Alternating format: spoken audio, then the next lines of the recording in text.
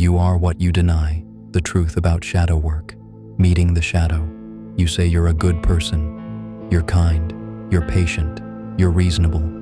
But there's a catch, isn't there? You snap when no one's watching. You judge people who remind you of things you don't like in yourself. You smile through gritted teeth. You help and secretly resent it. And then you feel guilty, ashamed, confused, because that's not who you are, right? But what if it is? What if the parts you hide, the jealousy, the anger, the craving for control, aren't mistakes? What if they're mirrors? Shadow work begins with one uncomfortable truth. You are not just who you pretend to be. You are also what you deny. The parts of you you reject don't disappear. They live underground, and the longer you ignore them, the louder they whisper. They show up in projection, when you can't stand someone for reasons you can't explain. They show up in sabotage, when you wreck good things because you don't believe you deserve them. They show up in your tone, your silence, your tired smile. You call it being off, but it's not random. It's your shadow, asking to be seen. The shadow isn't evil, it's just honest.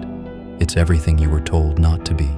Too loud, too needy, too much, too angry, too ambitious. So you hid it. You became what was praised. You stayed in the lines. You lost touch with everything wild and true in you. And now you wonder why you feel hollow, why your life looks fine but doesn't feel real. Maybe it's because you left your wholeness behind to be good. In the next part, we'll go deeper into how the shadow is formed and why making peace with it might be the key to becoming fully alive. Where the shadow begins, the shadow doesn't form out of malice. It forms out of survival. You weren't born ashamed of your rage, or your needs, or your power. You learned to hide them, because somewhere along the way, someone taught you that anger makes you unlovable, that wanting too much makes you selfish, that confidence is arrogance, that pain is weakness. So, like any smart child, you adapted. You tucked those parts away. You showed only what earned approval, what kept you safe, and the rest, you buried. But buried things don't die. They distort. That repressed anger, now it seeps out as passive aggression. That denied envy, now it poisons your joy in other people's success. That unacknowledged fear, now it controls every decision you make. You become the curator of a self you think the world wants. But behind the scenes, the shadow keeps score. And it's not trying to destroy you. It's trying to get your attention. Every projection, every sudden judgment, every disproportionate reaction. It's the shadow saying, "You left me behind. I'm still here." And the longer you ignore it, the more creative it becomes. It will sabotage your relationships. It will make you repeat patterns that you swore you'd never return to. It will draw you toward people who reflect what you're trying not to see in yourself. Because the shadow doesn't want revenge. It wants reunion. It wants to be known, not indulged, not unleashed, just integrated. To name what's hidden, to feel what's been numbed, to reclaim what you were told to fear inside yourself. This is the work. It isn't comfortable. It isn't clean. But it's necessary. Because no amount of self-improvement can replace self-acceptance. You don't need to fix your shadow. You need to face it. And maybe then, you'll stop running from the parts of you that have only ever wanted to come home. Next, we'll explore how the shadow shows up in your everyday life, not just in moments of crisis, but in the quiet ways it shapes your habits, choices, and even the people you're drawn to. The everyday echo of the shadow. The shadow doesn't wait for dramatic moments. It whispers in the quiet ones.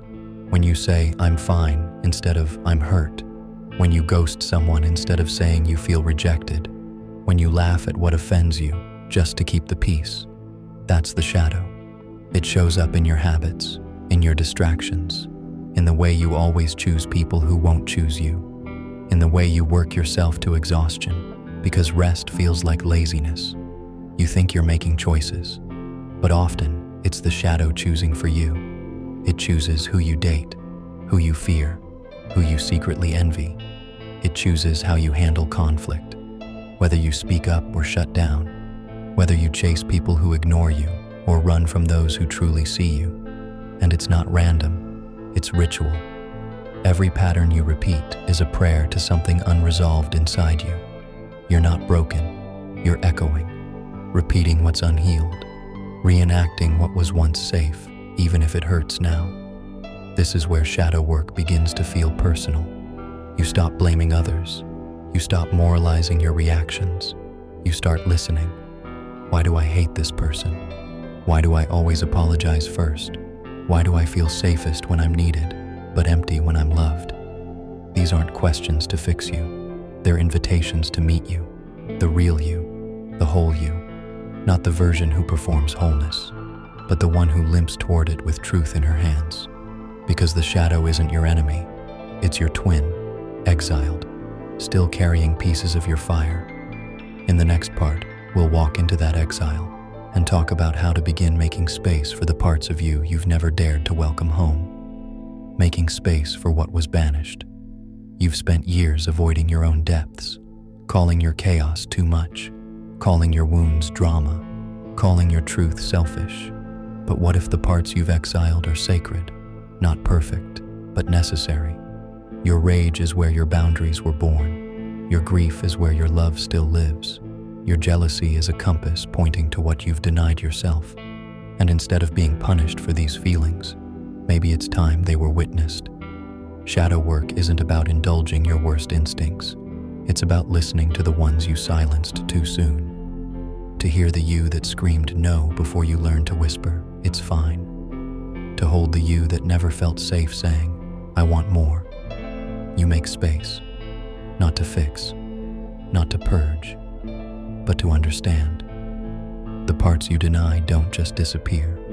They become the ghosts in your relationships, the anxiety behind your accomplishments, the rage behind your "I'm just tired." You welcome them back, carefully. You write the letter you never sent. You say the thing you've never said aloud. You name the need before it twists into resentment. And slowly, the shadow becomes a shape you can hold. Not a monster, a memory. You realize, this isn't your weakness.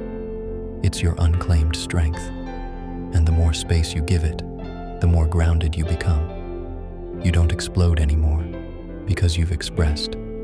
You don't shrink anymore because you've been seen. The power you were afraid of was never destructive. It was just directionless, waiting for your permission to lead. In the next part, we'll talk about what happens when you let the shadow inform your life. Not dominate it, but integrate it, like ink in water, irreversible, whole, and finally, true. When the shadow becomes a guide, you've met your shadow, you've named it, you've stopped pretending it wasn't there. Now something shifts. It stops chasing you in dreams. It stops hijacking your relationships.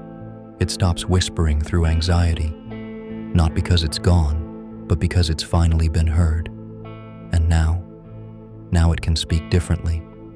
The anger you once buried, it becomes your boundary. The grief you once ran from, it becomes your capacity to hold space for others. The fear you denied, it becomes your intuition sharpened. Your shadow, once a saboteur, becomes a compass, not to escape the world, but to move through it with clarity. You start making different choices, not from guilt, not from fear, but from self-respect. You say no without flinching. You say yes without needing to earn it. You no longer shape yourself to be digestible. You trust your edges, and people notice, not because you're louder, but because you're clearer. You walk into rooms with your whole self, not just the polished version, not just the healed version, but the full one, layered, human, honest. And that presence, it's powerful because it's rare and because it gives other people permission to do the same. This is the gift of shadow work. It doesn't just heal you, it softens the world around you. Your depth calms the room. Your honesty disrupts performance. Your wholeness makes space for theirs. And you realize you never had to be perfect, just present. Next, we'll step into the final part, where we gather all the pieces and ask, who are you when nothing is left to hide? You are what you deny, the truth about shadow work. Nothing left to hide. You've faced it all, the parts of you that begged to stay hidden, the versions you were ashamed of, the feelings you were told were too much, and here you are, still standing, not broken, but whole, not because you erased the shadow, but because you brought it into the light. You stopped fighting yourself. You stopped apologizing for being complex. You stopped chasing a version of you that was never real. And now you breathe differently. There's more space inside you, more stillness, more clarity. You trust your anger, not as a weapon, but as a signal. You trust your fear, not as a limit, but as a mirror.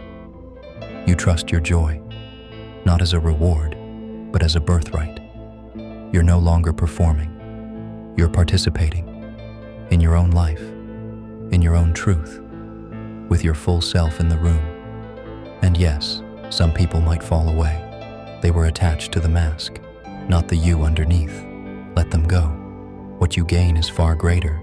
The people who stay for the whole you, the moments that feel honest, the nights you sleep without the weight of pretending. This is shadow work, not to fix you, but to free you, to say, I see what I've been running from, and I choose to stay.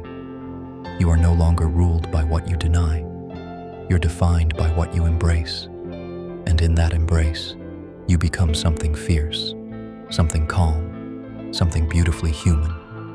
So if you're here, reading these words, feeling something you haven't let yourself feel before, don't look away. You're not alone. You never were. There is room for every version of you here, even the shadow, especially the shadow. And maybe, for the first time ever, that's enough.